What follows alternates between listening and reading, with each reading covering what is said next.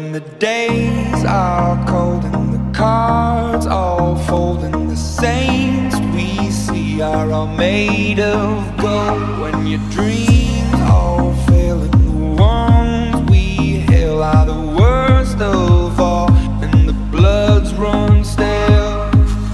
I wanna hide the truth, I wanna shelter you, but with Assalamualaikum warahmatullahi wabarakatuh. Halo teman-teman, kembali lagi dengan saya Rensi Aulia Maharani dengan NPM 022723111074. Saya merupakan mahasiswa program studi akuntansi jurusan ekonomi dan bisnis. Kali ini saya akan membahas materi yang kelima, yaitu tentang transformasi peran Bank Indonesia setelah kehadiran Otoritas Jasa Keuangan.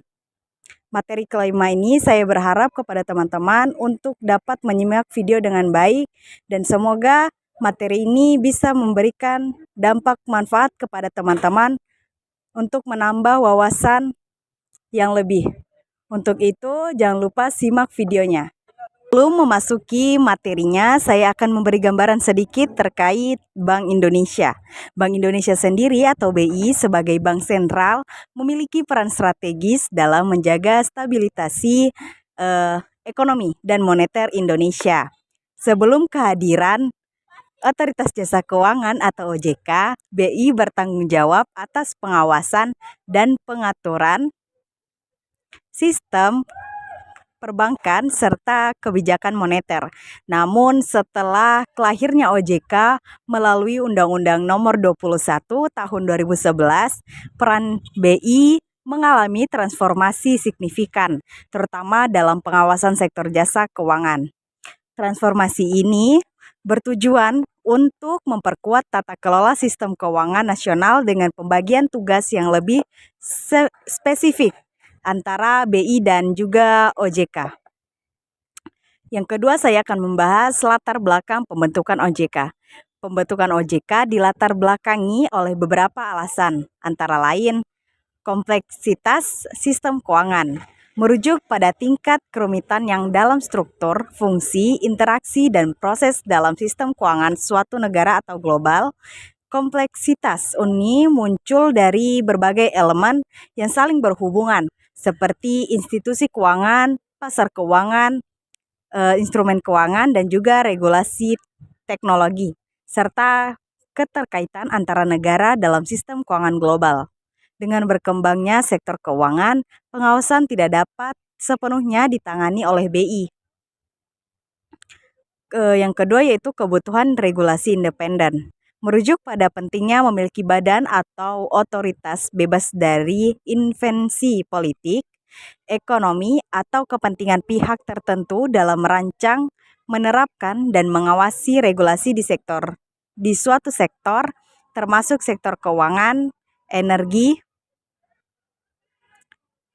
telekomunikasi, dan juga lainnya. Regulasi independen bertujuan untuk menciptakan aturan yang adil, transparan, dan efektif guna melindungi kepentingan publik serta menjaga stabilitas dan juga efisiensi pasar. OJK dirancang sebagai lembaga independen yang khusus menangani pengawasan dan pengaturan sektor jasa keuangan termasuk perbankan, pasar modal, dan juga asuransi. Yang ketiga yaitu respon terhadap krisis keuangan. Respon terhadap krisis keuangan adalah serangkaian tindakan yang diambil oleh pemerintah, bank sentral, dan juga otoritas keuangan untuk mengatasi dampak negatif dari gangguan besar pada sistem keuangan suatu negara atau global. Krisis keuangan dapat berupa kegagalan institusi keuangan, kejatuhan pasar saham, penurunan nilai mata uang, dan juga ataupun masalah likuiditas yang meluas yang dapat mengancam stabilitas ekonomi.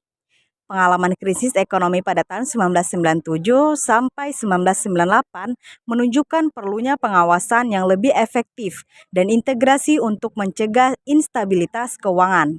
Undang-Undang OJK mengalihkan sebagai fungsi BI khususnya dalam hal pengawasan perbankan kepada OJK Dengan demikian, BI dapat lebih fokus pada tugas inti sebagai otoritas moneter. Yang ketiga yaitu saya ingin juga membahas tentang peran Bank Indonesia sebelum kehadiran adanya OJK. Sebelum OJK berdiri, memiliki 3 fungsi utama, yaitu kebijakan moneter.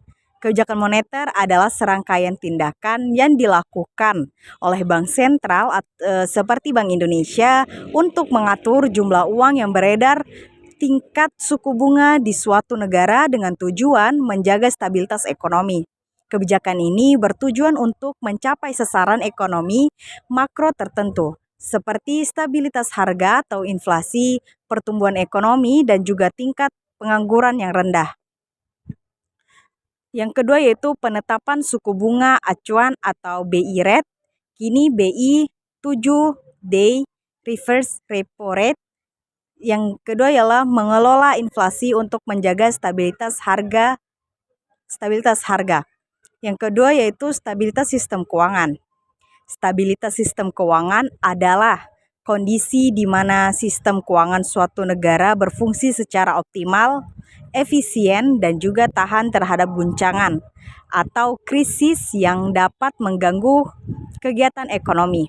Sistem keuangan meliputi institusi keuangan, bank syariah, bank, asuransi, dan juga lembaga keuangan lainnya, pasar keuangan, serta infrastruktur pembayaran yang saling terhubung untuk mendukung aktivitas ekonomi seperti investasi, produksi, konsumsi, dan juga perdagangan.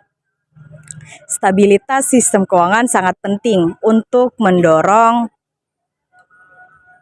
pertumbuhan ekonomi yang berkelanjutan dan juga menjaga kepercayaan masyarakat terhadap sektor keuangan, mengawasi dan mengatur perbankan secara langsung, menjaga likuiditas perbankan melalui kebijakan operasi moneter. Yang ketiga yaitu mengelola sistem pembayaran. Mengelola sistem pembayaran adalah serangkaian kegiatan yang dilakukan untuk merancang, mengatur, mengoperasikan, dan juga mengawasi sistem yang memungkinkan transfer dana secara aman, efisien, dan andal dalam suatu perekonomian. Sistem pembayaran mencangkup instrumen, mekanisme, dan juga infrastruktur yang digunakan untuk melakukan transaksi keuangan seperti pembayaran barang dan jasa, transfer dana, dan juga penyelesaian utang. Di Indonesia, pengelolaan sistem pembayaran dilakukan oleh Bank Indonesia atau BI sebagai otoritas utama, bersama dengan pelaku lainnya, seperti perbankan, perusahaan fintech, dan juga lembaga penyediaan jasa pembayaran. Selanjutnya adalah untuk mengatur sistem pembayaran domestik dan juga mengembangkan infrastruktur sistem pembayaran yang aman dan efisien. Namun dengan tanggung jawab pengawasan perbankan yang sangat luas, BI menghadapi tantangan dalam berbagai fokus antara kebijakan moneter dan pengawasan perbankan. Yang keempat yaitu transformasi peran Bank Indonesia setelah kehadiran OJK. Setelah OJK resmi beroperasi pada tahun 2013, beberapa peran BI dialihkan atau mengalami penyesuaian. Berikut adalah perubahan utama yang paling mendasar. Yang pertama yaitu fokus pada stabilitas moneter. Dengan beralihnya fungsi pengawasan perbankan ke OJK, BI lebih fokus pada kebijakan moneter seperti mengelola inflasi melalui instrumen kebijakan moneter, menjaga stabilitas nilai tukar uang rupiah, mengoptimalkan suku bunga acuan untuk mendukung pertumbuhan ekonomi. Yang kedua yaitu stabilitas sistem keuangan atau makroprudensial. BI tetap bertanggung jawab atas stabilitas sistem keuangan melalui kebijakan makroprudensial. Peran ini meliputi yang pertama yaitu mengidentifikasi risiko sistemik dalam sektor keuangan. Yang kedua, merumuskan kebijakan untuk mencegah krisis keuangan. Yang ketiga, berkoordinasi dengan OJK dalam rangka mitigasi risiko sektor jasa keuangan. Selanjutnya adalah pengembangan dan pengawasan sistem pembayaran. Sistem pembayaran tetap menjadi dominan utama BI. Peran ini menjadi semakin penting dengan meningkatnya digitalisasi keuangan. BI bertugas mengembangkan infrastruktur pembayaran seperti QRIS atau Quick Response Code Indonesia Standard, mengawasi penyelenggara jasa pembayaran non-bank, ataupun menjaga keamanan dan efisiensi sistem pembayaran domestik dan juga lintas negara. Koordinasi dengan OJK dan LPS. Kehadiran OJK menuntut BI untuk meningkatkan koordinasi dalam pengelolaan stabilitas keuangan. Melalui Komite Stabilitas Sistem Keuangan atau KSSK, BI bekerja sama dengan OJK dan juga lembaga penjamin simpanan yaitu LPS untuk mencegah dan mengelola krisis keuangan berbasis data dan informasi terkait risiko sistemik dan juga menyelaraskan kebijakan makroprudensial dan juga mikroprudensial. Selanjutnya adalah tantangan yang dihadapi Bank Indonesia dalam transformasi peran. Transformasi peran BI tidak lepas dari berbagai tantangan, yaitu antara lain. Pertama yaitu koordinasi antar lembaga. Pembagian jasa antara BI dan OJK membutuhkan koordinasi yang intensif untuk menghindari tumpah tindih kebijakan. Dalam beberapa kasus, perbedaan prioritas antara kebijakan moneter BI dan kebijakan mikroprudensial OJK dapat mempengaruhi efektivitas pengelolaan sistem keuangan. Yang kedua yaitu digitalisasi dan inovasi keuangan. Pesatnya perkembangan teknologi keuangan atau vintage menuntut BI untuk terus berinovasi dalam pengaturan dan pengawasan sistem pembayaran. Peran BI dalam menjaga keseimbangan antara inovasi dan stabilitas menjadi semakin kompleks. Ketiga yaitu resiko sistemik global. Keterkaitan sistem keuangan Indonesia dengan pasar global meningkat risiko yang harus diantisipasi BI. Kebijakan moneter dan stabilitas sistem keuangan harus responsif terhadap dinamika global. Selanjutnya adalah sinergi Bank Indonesia dan OJK dalam mendukung stabilitas keuangan. Meskipun memiliki tugas yang berbeda, BI dan OJK perlu bersinergi untuk mendukung stabilitas keuangan nasional. Beberapa bentuk sinergi yang telah dilakukan antara lain yaitu yang pertama, kolaborasi dalam KSSK, BI, OJK, LPS, dan juga Kementerian Keuangan bekerja sama dalam memantau dan mengelola risiko sistemik. Yang kedua, berbagai informasi dan data. BI dan juga OJK saling berbagi data terkait risiko sektor keuangan untuk mendukung kebijakan yang tepat. Yang ketiga yaitu penyusunan kebijakan bersama. Dalam beberapa kasus, BI dan OJK menyusun kebijakan yang saling melengkapi, seperti kebijakan kredit dan pembiayaan sektor prioritas. Saya akan memberikan beberapa contoh kasus yang dapat memberikan gambaran yang lebih jelas mengenai transformasi peran Bank Indonesia setelah kehadiran Otoritas Jasa Keuangan atau OJK. Kasus-kasus ini akan membantu kalian untuk memahami penerapan kebijakan dan perubahan yang terjadi dalam sektor keuangan yang ada di Indonesia.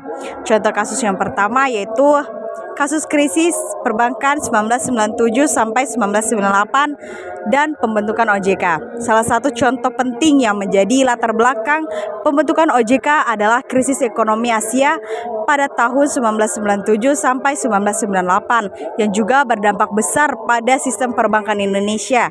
Saat itu Indonesia mengalami kegagalan berupa bank besar yang menyebabkan kehancuran besar di sektor perbankan. Bank Indonesia pada saat itu bertanggung jawab atas pengawasan dan pengaturan sektor perbankan. Tetapi karena berbagai keterbatasan dalam sistem pengawasan yang ada, krisis keuangan ini tidak dapat dicegah dari awal. Krisis ini memperlihatkan bahwa pengawasan yang terpisah antara Bank Indonesia, Bapepam, LK, dan juga lembaga-lembaga lainnya menyebabkan ketidakmampuan untuk mengidentifikasi dan menanggulangi masalah di sektor keuangan secara holistik. Salah satu pelajaran yang dapat diambil dari krisis ini adalah perlunya pengawasan sektor jasa keuangan yang lebih terintegrasi dan efisien. Setelah OJK dibentuk pada tahun 2011, salah satu tujuan utamanya adalah untuk mencegah terulangnya krisis serupa. OJK kini mengawasi seluruh sektor keuangan dengan fokus pada stabilitas sistem keuangan sehingga resiko keruntuhan terhadap lembaga keuangan dapat terkendali. Contoh kasus kedua yaitu kasus pengawasan Bank Senturi dan peran Bank Indonesia.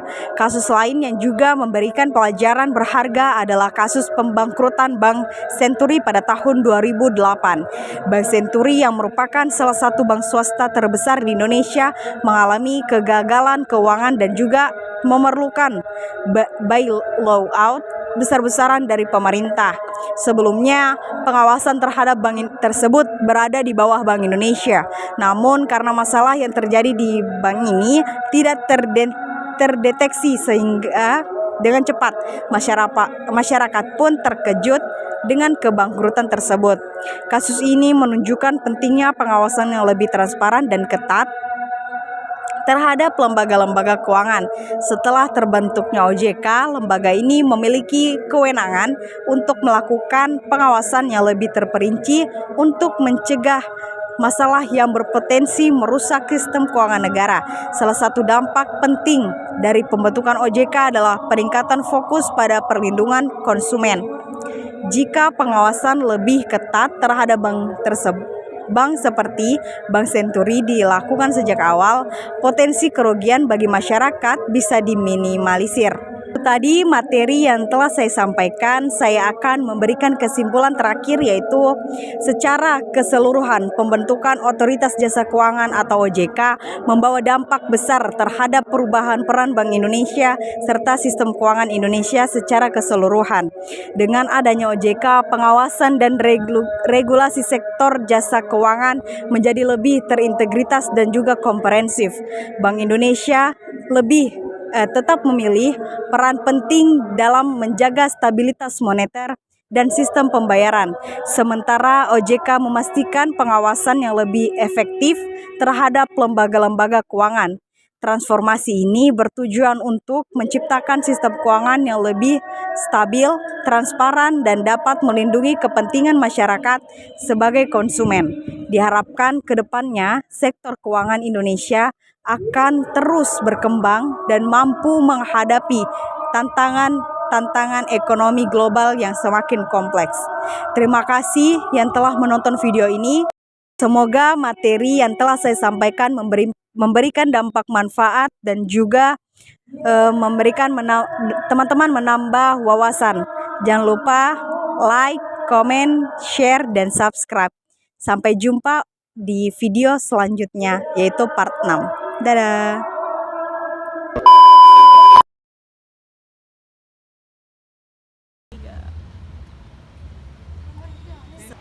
Sistem keuangan